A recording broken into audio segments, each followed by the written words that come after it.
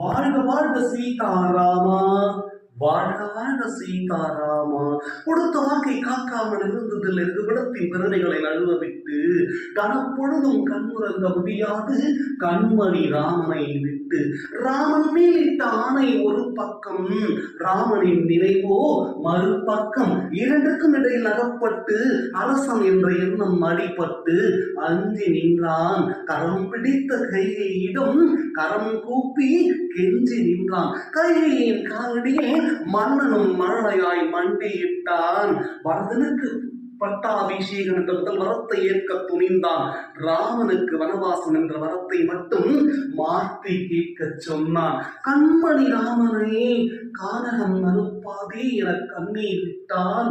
ராமன் போனால் என் ஜீவனும் போகும், ராமன் இல்லா அயோத்தியும் ஆரண்யம் ஆகும். ராமனின் நிலையறிந்தால் பரதனும் பவனத்தில் வசிக்க மாட்டான் என மன்றாடினார்.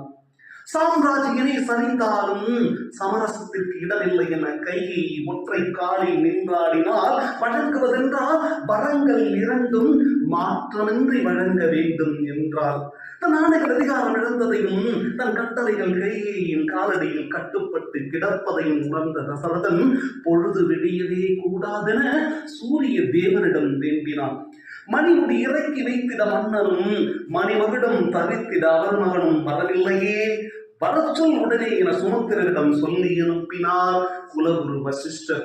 மன்னனின் இருப்பிடம் நிறைந்த சுமந்திரர் மன்னனின் நிலையறிந்து மனம் வருந்தலானார். தசரதங்களை இயக்கிய தசரதன் தானே இயங்க முடியாமல் கையில் கைப்பிள்ளை போல் கட்டியிலே கண்ணீர் சுரிந்து கொண்டிருக்கும் காரணமானது ரகுகுலத்தின் சூரியன் 7 ஆண்டுகள் வனத்தில் மறைந்திடவும், பவனத்தை பரதன் ஆண்டிடவும், வரங்கள் வாங்கி கையில் வைத்திருப்பதால் காரில் முடித்தும் கதிரவன் மலர்ந்தும் யாகசாலை மண்டபம் வர முடியாமல் கட்டுப்பட்டு கிடக்கிறார் தசரதன் என தகவல் சொல்ல கையின் சபை நிறைந்தார் குலகுரு வசிஷ்டர். அழைப்பு ஆசிர்வதிக்க என அவரோடு கையை காண காலடி எடுத்து வைத்தான் ரகுகுல ராமன். கண்ணீர் சொரிந்து தந்தை கிடக்கும் காட்சியை கண்டு உலை நடுங்கி போனான். தன் குருதி சுண்ட வெயில் நனைந்து நடுங்கி நின்றான். கரம் கூப்பி காலடி பணிந்து காரணம் கேட்டான். கண்ணீரையே பதிலாய் தந்தை தசரதன் தந்ததனால் முதல் முறையாக ரகுகுல ராமன் கலங்கினான், கவலையுற்றான், கண்ணீர் விட்டான். தான் இருக்கையில் தன் கண்ணெதிரே தன் தந்தை நிலை குலைந்து கலங்கி நிற்கும் காரணம் அறியாமல் தந்தையே தந்தையே என சிந்தை கலங்கி அழைத்து ஆனதென அறிந்து கொள்ள முயற்சித்தான். காரணம் நான் சொல்கின்றேன் ராமா என கையின் அழைப்பை உணர்ந்து ஒரு வந்த திசை நோக்கி கும்பிட்டு தாயே என அழைத்து நெருங்கி சென்றார். கொடுத்த வாக்கை காக்க முடியாமல், ரகுகுலத்தின் பெருமையை காப்பாற்ற முடியாமல் கண்ணீர் சொரிந்து கொண்டிருக்கிறார் உன் தந்தை. அவர் கொடுத்த வாக்கை காப்பது உனது கடமை ராமா என்றார். மின்னலை இன்றின் வேகத்தில் படபடத்தான் ராமன். என்ன கடமை? தயவு காட்டுங்கள் தாயே, உடனே சொல்லுங்கள். என் கடமையை நிறைவேற்றி தந்தையின் துயர் துடைப்பேன். அவர் கண்களில் வழிகின்ற கண்ணீருக்கு தடை விதிப்பேன். பாசத்தை காட்டி கொஞ்ச மொழிகளை கொட்டி அன்பு மழையில் நனைத்த ராமனிடம் முதல் முறையாக அயலாரிடத்திலே விருப்பம் இல்லாமல் விலகி நின்று பேசுவது போல் பேசினார். மந்தரையால் மந்திரித்து தன் மனக்கிடங்கில் அடுக்கி வைத்திருக்கின்ற வெறுப்பு முட்டைகளை வெளியில் அவிழ்த்து கொட்டினார். பிள்ளை என்பதையும் மறந்து ஏதோ பிரஜையிடம் உரையாற்றுவது போல் உரையாற்றினார். ராமா, உன்மேல் எனக்கு உள்ளது நம்பிக்கை. நீ தர்மத்தின் வழியில் நின்று காப்பாய் தந்தையின் வாக்கை. உன் தந்தை கொடுத்த வாக்கை காக்காமல் உன்மேல் வைத்த பாசம் போட்டது தடை. உன் வினாவிற்கு நான் அளிக்கிறேன் விடை. நீ ரகுகுலத்தின் பெருமைக்கு பிடிப்பாய் புகழ் குடை. உன்மேல் ஆணையாக உன் தந்தை எனக்கு வழங்கிய வரங்கள் 2. 1, மணிமுடி தரித்து அயோத்தியை ஆள வேண்டும் பரதனின் கை.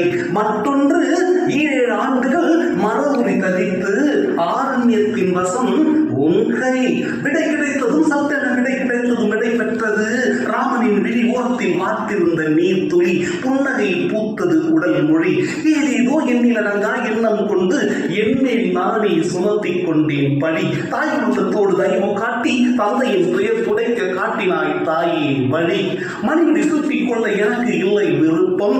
மனதை ஆட்டி படைத்தது மாபெரும் குழப்பம். தங்களால் நிகழ்ந்தது தாயே மனமகிழும் திருப்பம்.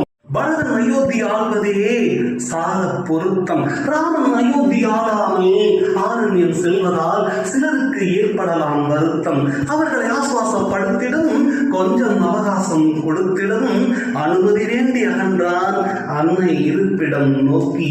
தலை வைத்தான் மடியில் நொடி.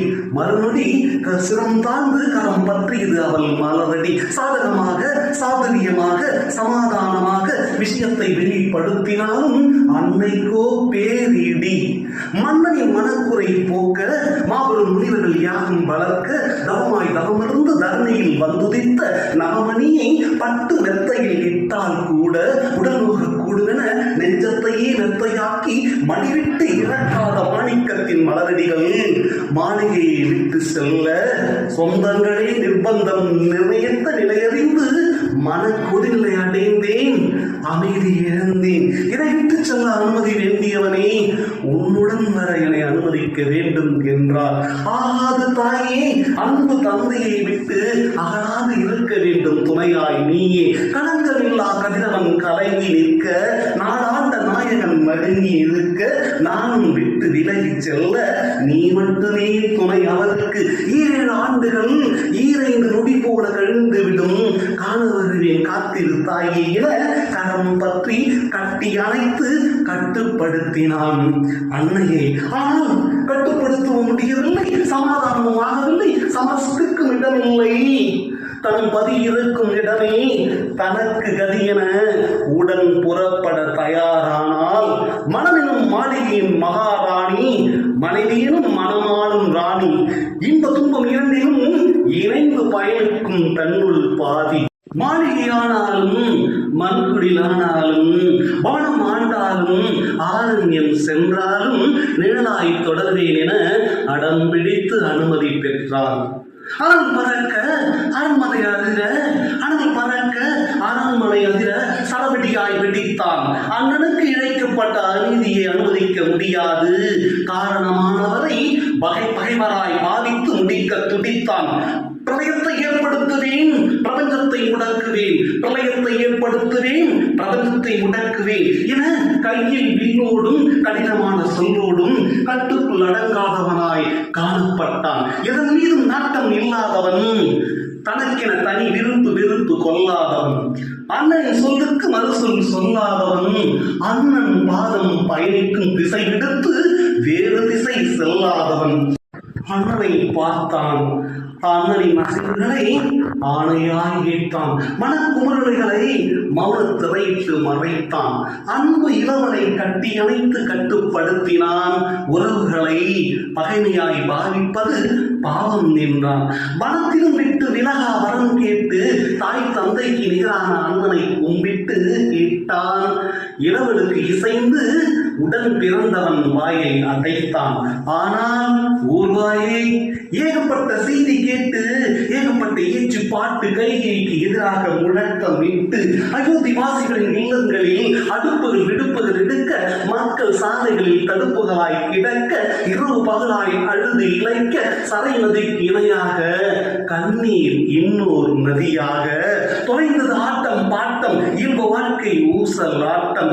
ராமன் சூட போகிறான் பட்டம். அன்பு ராமன் அரசனாகிவிட்டால் குறை என்பது அயோத்தி மண்ணிலும் இருக்காது, மக்களின் மனதிலும் இருக்காது. மனதிற்கு பஞ்சம் இருக்காது, பதறும் நெஞ்சமும் இருக்காது. விளக்கு வரிகளுக்கு மட்டுமல்ல வழிகளுக்கும் என மக்கள் கட்டிய கோட்டையில் இடி விழுந்ததால் வாழ்வை இருள் சூழ்ந்ததால் தம்மை தாமே மாட்டி கடும் எதிர்ப்பு காட்டி அரண்மனை முன் பெரும் திரள். ராமனுக்கு ஆதரவு குரல், கைகேயிக்கு எதிர்ப்பு குரல் எழுப்பிக் கொண்டிருக்கும் வேளையிலே அயோத்தி விட்டு ஆரண்யம் செல்ல புறப்பட அனுமதி வேண்டி நின்றான் அன்னையிடம். அனுமதி வழங்கி ஆசிகள் வழங்கி கண்ணீர் விட்டால் கண்ணீர் கடல் கடந்து தந்தையிடம் சென்று நம் முன்னோர்கள் காத்து வந்த அறுவிடத்தின் பெருமைக்கு தங்களால் அடைய வேண்டாம் சிறுமை. மகன் மீது வைத்த பாசத்தால் தங்கள் புகழுக்கு நேர வேண்டாம் இகழ். மகிழ்வோடு செல்கின்றோம் வனம், தங்களை பார்த்துக் கொள்வான் பரதன் அனுதினம் என பாதம் பணிந்து ஆசி வழங்குங்கள் அன்பு தந்தையே என்றனர். மரபுரி தரித்து மகன்கள் மருமகள் தன் கண் எதிரே நிற்கும் காட்சியை கண்டு அரசன் என்பதை மறந்தான்.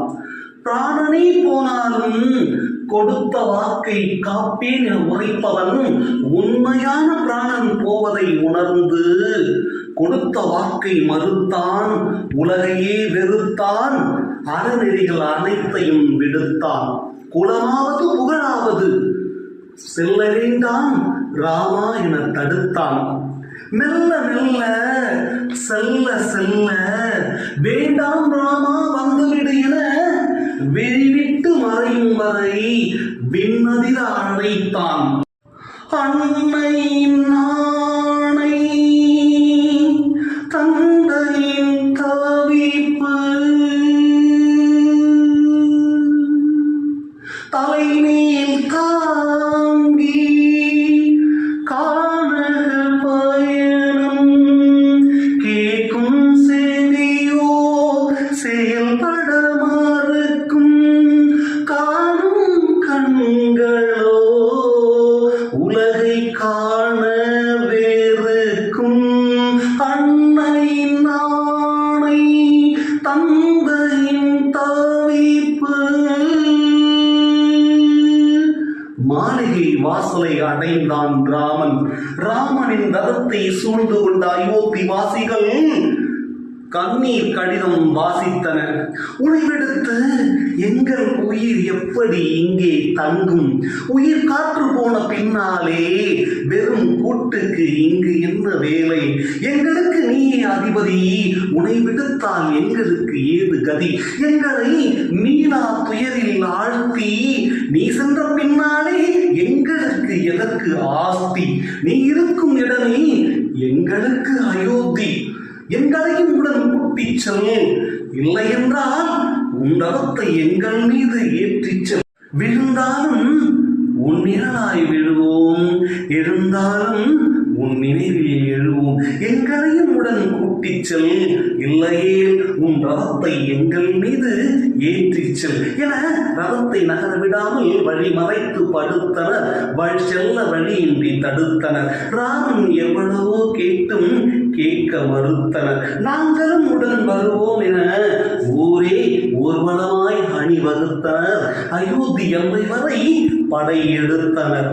காலை முதல் கடமையாற்றிய கதிரவன் இளைப்பாற நிலவின் மடியில் துயில் கொள்ள ரதம் ஓய்வெடுக்க மக்களும் வசதியால் அங்கேயே படுத்தனர். அயோத்தி வாசிகள் தம்முடன் வருவதை தடுக்க முடியாமல் தவித்தனர். சீதா ராம லக்ஷ்மணரை சூழ்ந்து காவல் காத்தபடியே சற்றே கண் அசந்தனர். அந்நேரம் ராமன் சுமந்தரரை அழைத்து இனியும் ரதம் எங்களோடு வருவது சரியல்ல, உடனடியாக ரதத்தை அயோத்தி நோக்கி திருப்புங்கள். ரதத்தின் தடம் பார்த்து நாம் அயோத்தி சென்றதாக எண்ணி மக்கள் திரும்புவர். 7 ஆண்டுகள் முடித்து நாங்கள் திரும்புவோம் ஊர். இச்செய்தி அயோத்திக்கு கொண்டு சேர் என விடை கொடுத்து விடை பெற்றான். ஆரண்யம் நோக்கி புறப்பட்டான். விடை கொடுத்து விடை பெற்றான். ஆரண்யம் நோக்கி புறப்பட்டான். வாழ்க வாழ்க சீதாராமா, வாழ்க வாழ்க சீதாராமா. மனக்கடலில் ஆசை அலைகள் ஆயில் உள்ளவரை அடங்காது. ஆண்டவன் அருள் இருந்தால் அணு அளவும் தீதேதும் நெருங்காது. வாழ்க வாழ்க சீதாராமா.